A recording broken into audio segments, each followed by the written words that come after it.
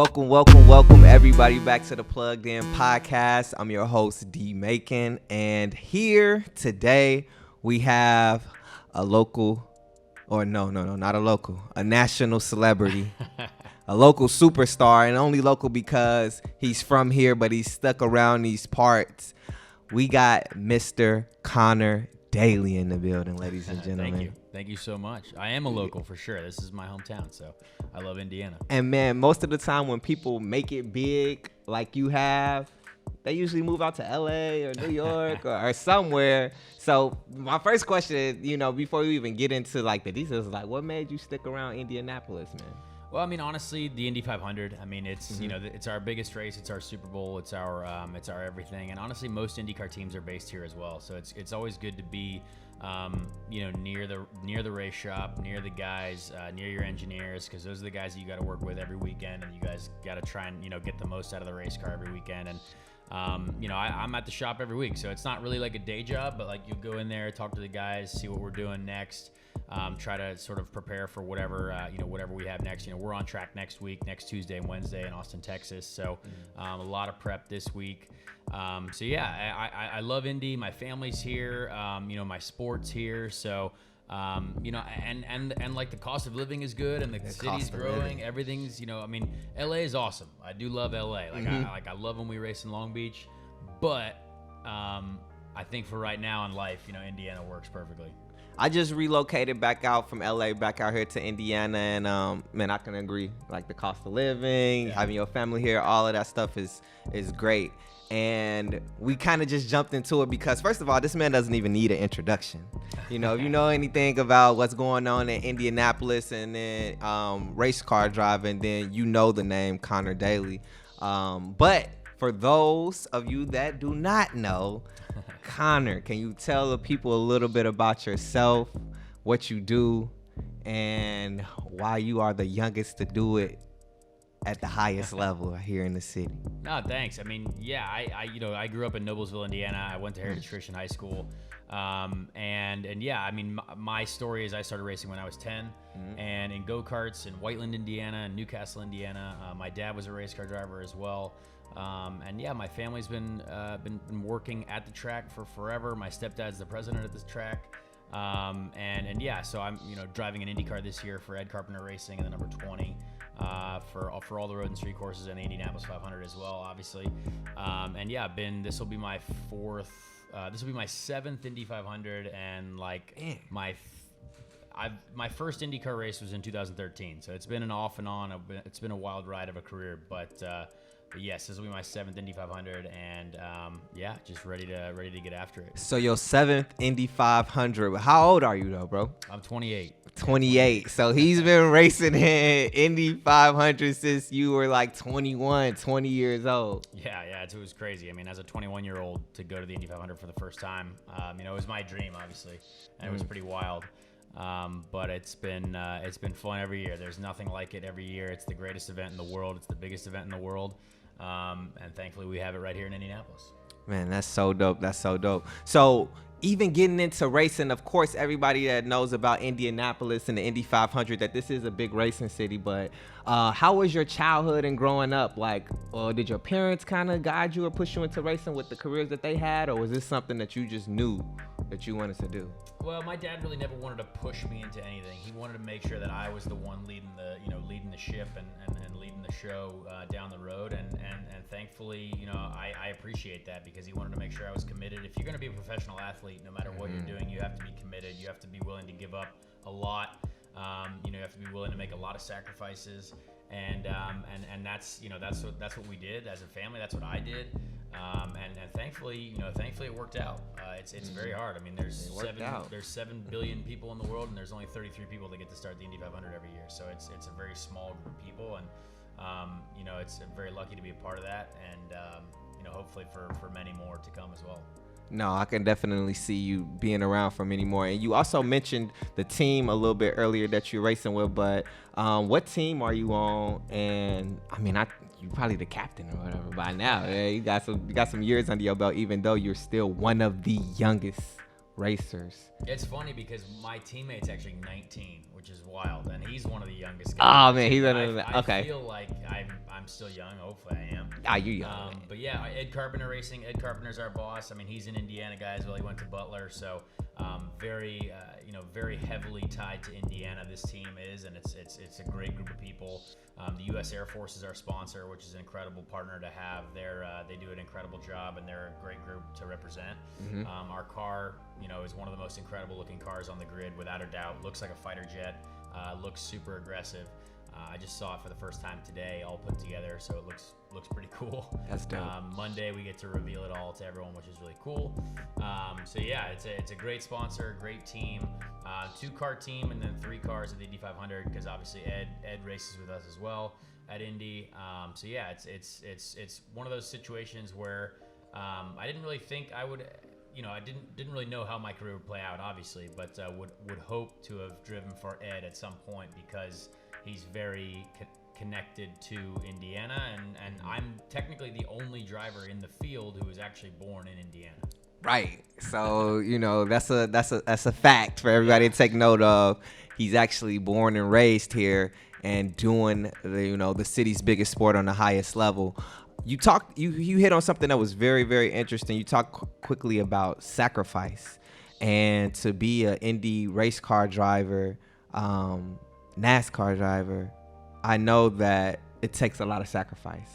So what are some of the things that you felt like, or some of the sacrifices that you felt like you have to make over the last couple years as you became a professional to get to where you are? Yeah, well, I think there's a lot that people don't know about racing, because it's, we know that it takes place. We know that the Indy 500 is there, and we know that it's cars going around, right? But there's a lot more that goes into it because there's so few slots available at the highest level. You know what I mean? There's, in NASCAR, there's, 40 drivers. In IndyCar, there's only 24 full-time drivers, and then 33 at the Indy 500. So, it's a pretty small group of people, and you're fighting against kids all the way through, the lower levels of racing. Whether it's if you're going to play football, right, you're usually going to play in middle school. You're going to play 4 years of high school. You're going to play 4 years of college, and then you make it to the pros. And it's the same thing in racing. There's high school level type, cars. When I was 15, I got into a car for the first time, and then graduated to the next level. Win a championship, you get a scholarship to go to the next level. So it was it's sort of similar. But I missed 70 days a year in high school. I mean, I was gone all the time because there's racing in Indiana, yes, but realistically, to be the best, you got to go around the country and around the world to try and be, the best driver you can be. So, when I graduated high school, all my friends went to college. I moved to England by myself for 4 years to race and try and pursue Formula One. So I was, living by myself in the UK for 3 years, and then Italy for the last year. And all of this was, while I was seeing everyone at home, partying, having a great time, frat house, whatever it is. I didn't do any of that. I didn't take a sip of alcohol until I was 21. I mean, I was like fully in on the dedication program, and I'm thankful for that. Obviously missed out on a lot for sure, but it was all worth it because now we get to compete at the highest level, and there consistently, which is really cool. But yeah, there's a lot that you have to just think about before you do it, and there's a lot that you have to miss out on if you want to be a dedicated athlete. I mean, you probably ask any athlete at the top of their sport, they've had to miss out on a lot, I'm sure, in life, but they get to make money doing what they love. Right, and it tends to pay once you bring it full circle. I think it's paying you handsomely now. Yeah. So one thing that I definitely wanted to ask you was, all right, you made those sacrifices and things have kind of come full circle for you now, and you chose to stick around home. So, man, how crazy are your DMs right now, man? I know the ladies is reaching out, marry me, Conor. What's going on there? I don't know. I don't think it's not as active as I would like it to be, but ladies, but reach out. Hey, he say what's up. I'm focused on racing. That's it. Okay. That's all I got. I mean, in the end, it's funny you mentioned that. Like, It is cool. Like, yes, like I would love to, have this incredible, I'm sure Travis Kelce's DMs are fire right now. Great, incredible ginger beard guy. I'm sort of ginger myself. But like, we're not going to be at that level of an NBA player, an NFL player. During the month of May, maybe we're close. Y'all approaching, because this whole city turns over for IndyCar. Yeah, for and sure. It's a lot of fun, and we know that month of May is like, hey, that's the month of May. Like, this is going to be an incredible party. It's going to be an incredible experience, and it's going to be all capped off by race weekend. But like, we're literally on track 21 of 24 days, like in that 3-week period. So like, we can't do much like other than our job, right? Which is totally cool. Like I love that because it's fun to be a part of. But yeah, like I'm so focused on just trying to be a racing driver that like all that other stuff, the DMs or the relationships or whatever, it's like, all right, I'm okay not necessarily having that right now because like I want to be a racing driver for a really long time. You know what I mean? Right. That's cool. And you can have fun every now and then. Off season's long, which is kind of funny, but yeah, man, just all fully trying to be dedicated to the job at hand. Like that answer, even like the way that it came full circle, like that's super respectable, and that is the mindset of a true athlete, a true professional. But there is a lot of people that don't think that race car drivers are athletes. They think that they are very skilled operators or something like that. I wanted to get your perspective, your take on race car, NASCAR drivers, IndyCar drivers being professional athletes. What do you think? Well, it's super black and white for us. Like if you actually look at it, and we train like triathletes every day, and there are a couple of drivers that are triathletes, and I just got this Whoop band that I wear now, and that I just got for Christmas, and I plan on wearing it in the car for the first time next week. But my teammate wore it. It tracks obviously your heart rate and stuff like that, and what's going on. And just at a test day, he burned 6,000 calories in the day just from driving. Just from sort of a practice day. So we've got, our sport has the highest sustained heart rate, only comparable to competitive cyclists at the Tour de France for a long period of time. So we're at that level at maximum output for 2 to 3 hours. Right. And people don't realize that because they like what you see is very smooth, and it can be very smooth. Right, that's how it looks on TV, but I know in the car the heart rate gotta be getting close to those corners, and the ovals are obviously really different than the road courses and the street courses. Like when we're on the street races, there's 14 to 20 turns, and we're always we're hitting the brake pedal with 1600 psi pressure every single time, and you do that 7 to 10 times a lap, and you multiply that by 90 laps. There's a lot that happens with your legs. You gotta do your squats. It's full on. It's everything. We don't have power steering, so go out and try and turn your car when it's off with the steering. It's very heavy. That's what we have. We have no power steering, no driver aids, no assists at all. So it's full on attack on every part of your body.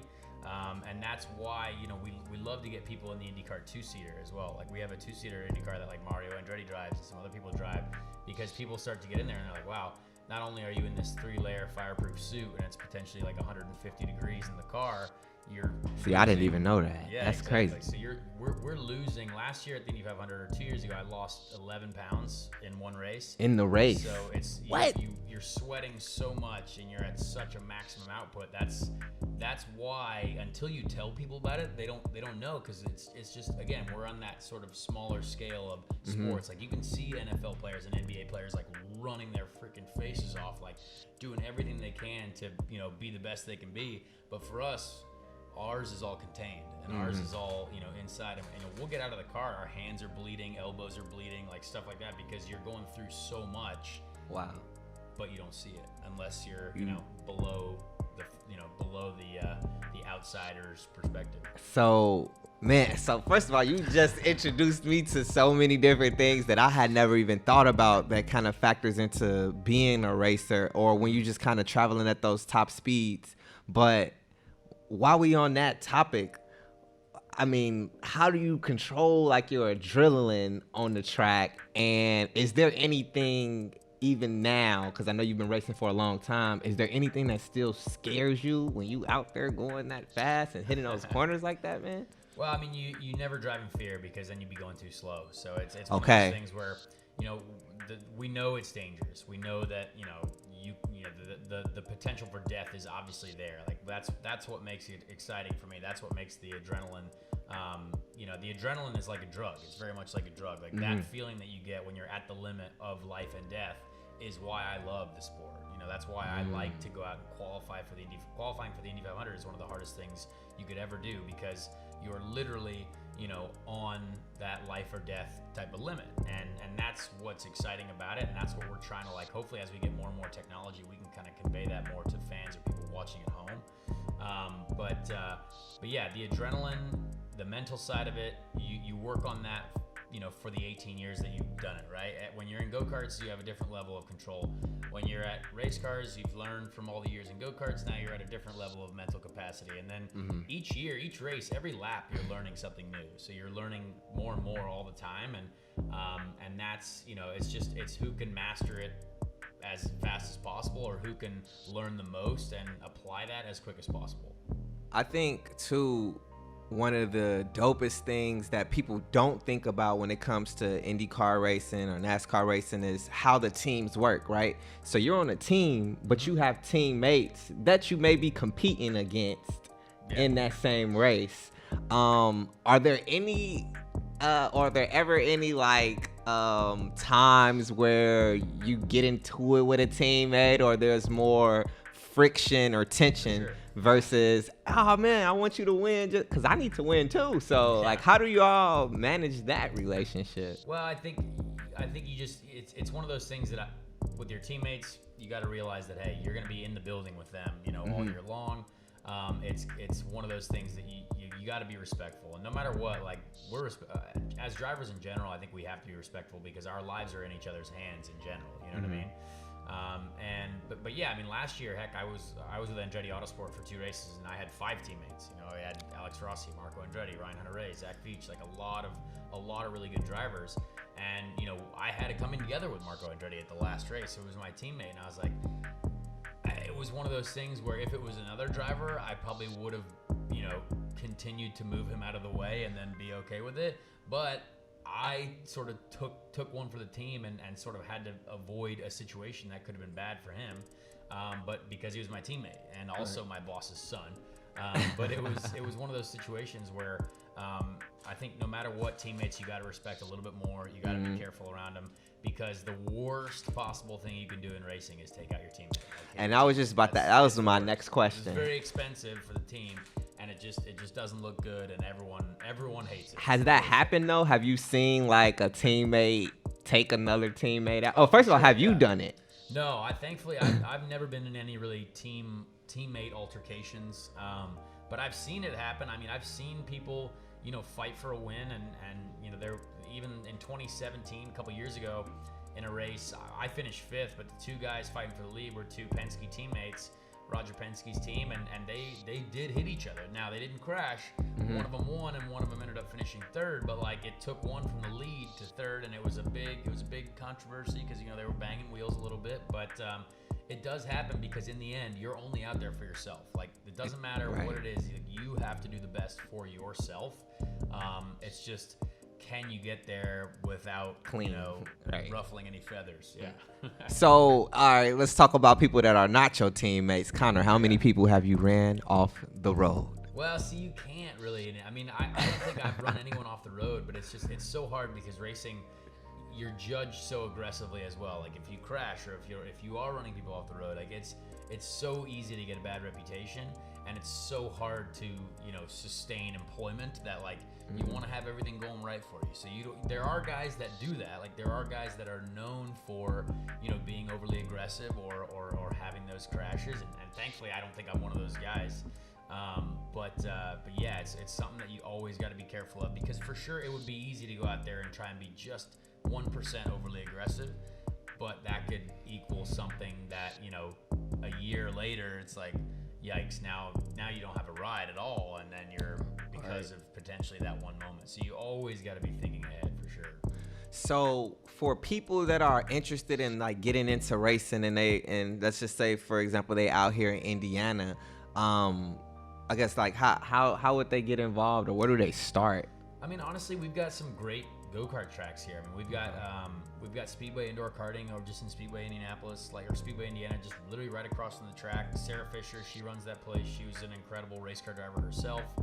It's a great place just to go and just start driving. I mean, you can go as a kid, you can go when you're younger than 10, you can go at 25. So. And Fast Times as well on the north side of Keystone. I've been to Fast Times. Fast Times is a great time. I mean, those places are literally where you can start to get a feel for, what driving is like. And there are people there who will recognize, okay, hey, I can help you here, help you there. And then, if you want to graduate to the next level, you got Newcastle Motorsport Park sort of on the way to Columbus, Ohio, just off of 70. And that's like where I started like real go-kart racing, and they have great people there as well. So, and in Whiteland, Indiana, there's actually that track has just been redone. It's an outdoor track. It's great.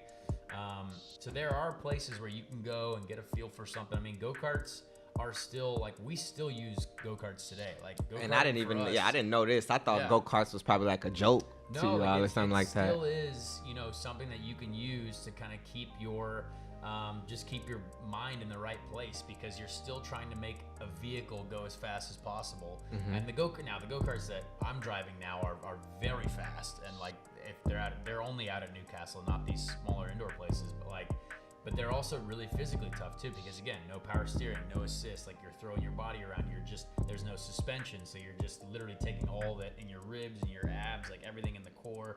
So it's a really good training program too. But again, if you go karting at Fast Times, you do 2 or 3 sessions, you'll be tired, because it is hard. Like if you're going fast enough, you'll wear yourself out. So it is, it is fun for us. I like it because it's driving something, and there are no speed limits, so that's helpful, because there are speed limits on 465. Yeah, and you can get a lot of practice in for the Indy 500 there. So it's right, fun. you will go to jail in Indiana. Trust me. Yeah, they taking you in. So, is there anybody like in the sport that you look up to right now, or who inspires you to perform on the highest level like you do, man? Well, I think there were guys, like when I was growing up, it was the Dan Weldon, Thomas Schechter, guys, Sam Hornish Jr., guys that were like really good champions, Indy 500 champions, race winners. And now like I'm competing against a lot of those guys. Right. Like last year I started right alongside Elio Castroneves, and I was like, man, I watched this guy win all of his Indy 500s, you know what I mean? So it's cool to be competing against those guys. I think still though, the guys like Scott Dixon. I mean, Scott Dixon was, he's 5-time IndyCar champion, and he was racing when I was a kid, but he's still racing and he's still competitive every weekend. I mean, he's the best in the sport. I mean, he's the guy who you want to beat. But yeah, it's just trying to be better every day. It's trying to be like a guy like Scott Dixon, or guys that have been through the sport, like Dan Weldon. I mean, my gosh, that's probably the best one that you could have. Dario Franchitti, so many other guys. And yeah, I mean, I like to look up to those guys, but I also now think that like I'm in this sport, so like I want to be a guy that hopefully people will look up to eventually, Right. Eventually, be good enough to be that guy. And when you getting better and better at your craft like that, eventually, and this is something that you want your idols to eventually become your rivals, and exactly, then. Yeah. But with that being said, though, those are people that you may look up to and be inspired by. Who do you have beef with in the sport? Like, who is like, man, I don't like that dude, or maybe he hit me one time. I don't know. There's a few guys. I mean, there's a few guys. It's a few of us. Name them. Call them out. The French. No. No, I think it's tough. Like Sebastian Bourdais is a French driver. He's going to be driving a few races this year, but like he's really difficult to race against. I don't like what he does in general, but he's very good. He's multi-time champion. He's very good. There's this other young guy, Santino Ferrucci. I just don't like him. Look, he's a good driver. He did very well last year in his rookie year. We're going to be competing again this year, but just not a fan, so that's fine. But I don't know. Other than that, we have a lot of good people in the sport. Right. There are a lot of new drivers this year, though. So like there are a lot of rookies, a lot of like young guys, and a lot of new people that I have never raced against before. So this year will be, will be really interesting. It'll be different, and that'll be cool. our first everyone all together as a series. Our first kind of preseason training in baseball terms is next week in Austin, Texas. Okay. And so that'll be sort of the first time everyone can see how everyone else is doing. And then our first race is March 14, 15 weekend in St. Pete, Florida.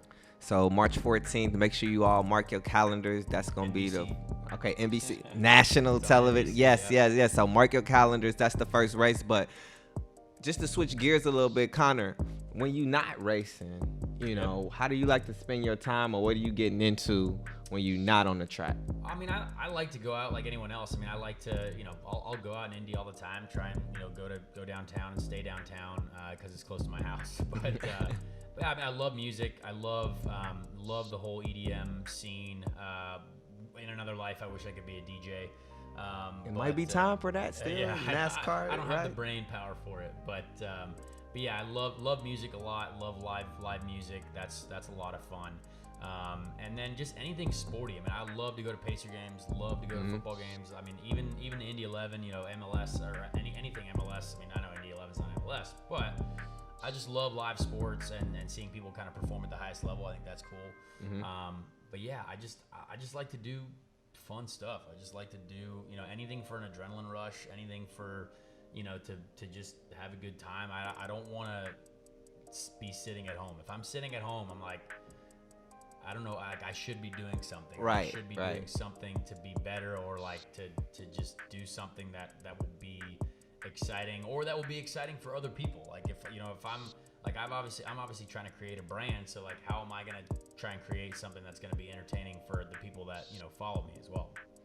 So also just kind of staying in that same lane, like when you're off the track, I kind of asked this already out of context or out of order more than anything, because I asked you about your DMs already. But like, do you have like a girlfriend or a wife or like a family? Like, what's going on that side of Conor Daly's life? Yeah, I mean, just family. Like, just no girlfriend, no wife, obviously.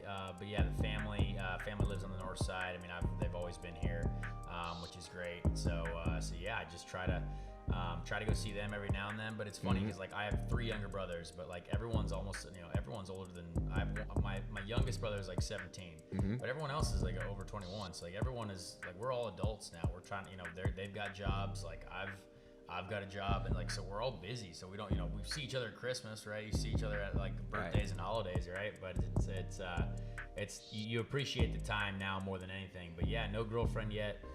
Been trying for a while, but it's been tough. So well, I mean, my guy Conor is a bachelor, ladies. So again, hit that DM and try your odds, try your luck. You know what I'm saying? So we talked about a lot of different things, Conor.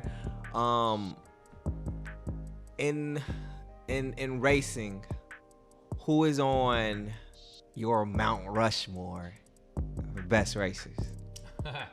It's a great question. Mario Andretti, AJ Foyt, Conor Daly. Hopefully me, yeah.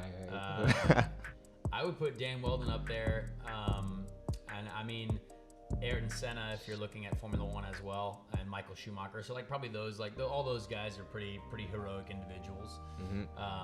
But yeah, I don't know. I mean, I would like to be on there someday, but I'm certainly going to be up there for having a great time with life in general. So that's what I'm trying to do. Well, I'll say this, man. I don't personally know the most about race car driving, and like the guys that I'm thinking of, like, all right, Jeff Gordon and all these older guys that wasn't in. Yeah. But Jeff Gordon would be up there for sure, but or Dale Earnhardt, Jeff or Dale. Yeah. But I'll say this, like with the knowledge about racing that I do have and knowing those guys, like I feel like since I've connected with you even before the interview today, like you're a super cool guy. Thanks, man. I got to watch some highlights and do my research, and you on my Mount Rushmore for race car drivers for sure, bro. The funny thing about what you say though is like IndyCar in general, like when people think racing, like people that aren't exposed to it all the time, we're trying to basically convert that thought of like everyone thinks of NASCAR drivers right off the bat, right? Right, and I already know. Try and like convert that to where it's like, yes, we know Jeff Gordon, Dale Earnhardt, all that stuff, but like we also want to try and be like, all right, we know that NASCAR is in a bigger spot than we are right now for sure. Because like when IndyCar actually had like this big split like in the mid 2000s, actually in the late 90s, and then it came back together only in the mid 2000s, like 2008. So we're like recovering from like basically having like a dispersal of our fans. So like we're on our way back. Like the TV ratings are going up. Like NASCAR is going down slightly, and so we're trying to hopefully eventually get that crossover to where it's like IndyCar is then really back on the map. The Indy 500 is still the biggest event in the world, no matter what. By far. But we want people to know that there are also 16 other races that we're doing, and like those are also very important as well. So we're getting there, and we're gonna hopefully switch that. No, that's super important because I even know like. I said NASCAR a few times mistakenly, but IndyCar is what we're doing in Indianapolis. Let's be very clear. I have done one NASCAR race, so like it's all good. Okay. But man, I really appreciate you coming up to the spot today to sit down and talk to me and talk to the people about what you got going on. But tell everybody where they can follow you, your movement.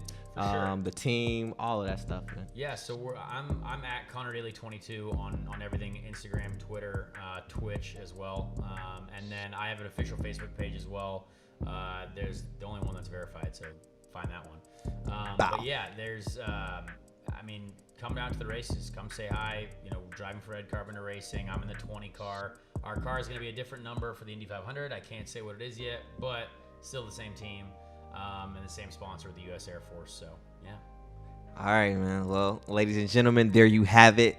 Mr. Conor Daly, I appreciate you coming, man. Thank you. Thanks a lot. Thank you, bro. No problem. That's a wrap.